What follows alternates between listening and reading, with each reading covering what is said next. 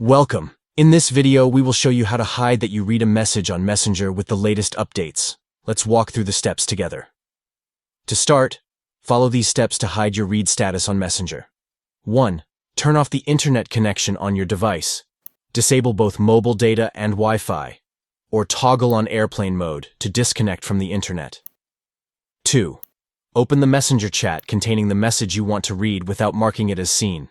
Remember, this method only works if you don't reply immediately after reading the message.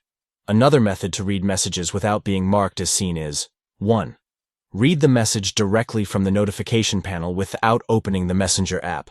By previewing the message from the notification panel, you can view the content without triggering the seen status. By following these steps, you can effectively hide that you read a message on Messenger using your Android device.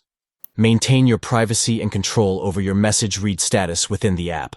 With the updated features, concealing your read status on Messenger has been made more convenient and user-friendly. Thank you for watching and enjoy managing your message read receipts discreetly on Messenger.